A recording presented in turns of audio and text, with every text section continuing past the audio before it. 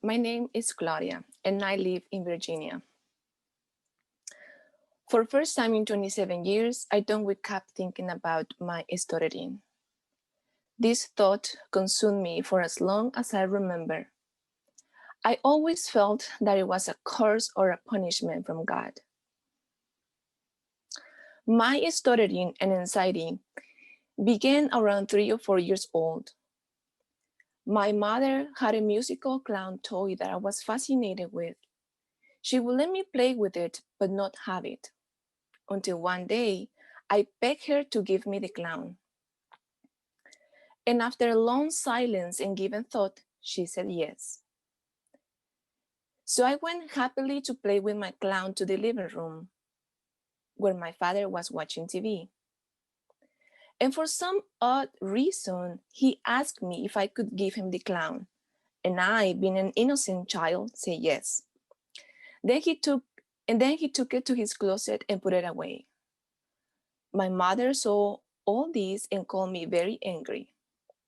She said that I did not deserve this clown, and go back to your father and ask him back the clown. If not, I would be very angry with you. I begged her not to make me do this, but she kept pressuring me. So I finally walked towards my dad, thinking and planning how to ask him to give me back the clown, as my mother was following me every step of my way. So I sat there, anxious and thinking how to tell him, waiting for the perfect occasion to speak while my mother kept looking at me. So, of course, as expected, I could not utter or say a word. I stuttered and blocked badly. My dad gave me the clown and I took it to my mother. And after that, she would not let me play with it anymore. Since this incident, speak with my parents became my tormento. I would stutter every time, and they kept looking at me as some disabled child. My mother took me in some point with a physical doctor to examine my throat, tongue, and ears, but they did not find a physical cause to my speech impediment. Then my mother blamed my father. So my anxiety grew to stutter almost with everyone, but mostly with my family. They always make fun of me. If they repeated something I said, they will say it stuttering.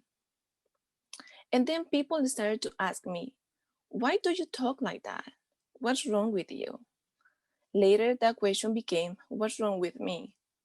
I could not understand why I could not simply express my thoughts like everyone else. I believe there was something broken inside my head that was causing me to speak like that. So I banged my head many times against everything I could, hoping that whatever was broken inside me would be fixed, but it never did. So I continued to stutter through my school. So I continued to stutter through my school years. Teachers used to question me about my stuttering in front of the class, saying things like slow down or breathe or relax. It was so embarrassing. But still, most of the time I raised my hands and asked questions because for some reason I did not stutter when I did it. It was only when they would ask me questions or make me read for the class. I went to a high school that I did not want to attend, but I did it because I wanted to avoid my old classmates and save me some more embarrassments. I thought I was running away from it, and people will forget I had a speech impediment. During my college years, my speech was at my worst. I studied criminology and criminalistics. Luckily for me, so I thought, our legal system is only in writing, so I did not have to worry about presenting at court. Halfway in my college years, our system was being modified and adopting the US legal system, where you present your case to a judge and defend your arguments. I wanted to die. I was so depressed. I thought nobody would ever hire a stutter to represent their case. One time, in one of my presentations, I took a bunch of relaxing pills, thinking that that would lower my anxiety and thus make me more fluent. Quite the opposite. My body reacted to those pills and I was intoxicated. And everybody was talking about it, so made me more nervous. At the end of my presentation, I sat in my chair alone, and my teacher looked at me and said, Claudia, what happened back there? She never knew I stuttered until that day. So I said, I'm sorry, I was very nervous. And she said that I would never get a job speaking like that. So I buried my head in my chair and wanted to die. The same year of my graduation, I was hired as an intel analyst for the Mexican government. Few months later, I found out that everyone was being evaluated psychologically and with polygraph. When my day arrived, I failed. The polygraphist said I was lying because I was nervous and thus stuttering in my answers. Finally, after the third time, I told them that I stutter, and they told me that that would prevent me from doing my job, which I said no.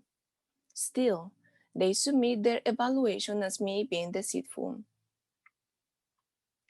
And sure after that, I was asked to resign, even though my boss argued that I was a great employee.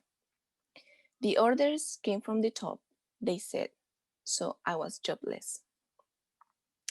Few months after I came to the US and married, I taught myself to speak and write in English with the help of my husband. The first time I found this book was in 2017. I just finished to talk with my father over the phone, and I realized that I was still that little girl scared to speak and blocking badly. So I Googled how to stop stuttering, and I saw the book. I purchased it and emailed Lee. We Skyped for a few times, but I left the program. I did not believe in his methods. All these years of people telling me there was no cure were still in my head. 11 months ago, I was blessed of having a beautiful baby girl. And then all I could think is that I don't want to be afraid of speak anymore. I do not want her to see me as a disabled person. I want to defend her when I have to without hesitation. And I was thinking about Lee, but I was ashamed to ask for help again. The same week, he emailed me, offering his help. The email says this: Dear Claudia, I recently stumbled on my notes on you. It's been a while since you contacted me about your speech. I am still coaching for free and now have over 100 plus success stories. I won't be coaching much longer, so if you like some help, now is the time to email me. Wishing you fluency and happiness. I was happy to receive this, so we started Skyping again. And now I also have Coach Javier, because most of my problems are in Spanish. Thank you, Lee. Thank you, Javier, for giving me hope. The rest is self-work and discipline. I do not know if I can say I'm cured, but I too can say that I have come a long way. Whatever your fears are, don't run from them, because if you do, they will catch on you until you face them.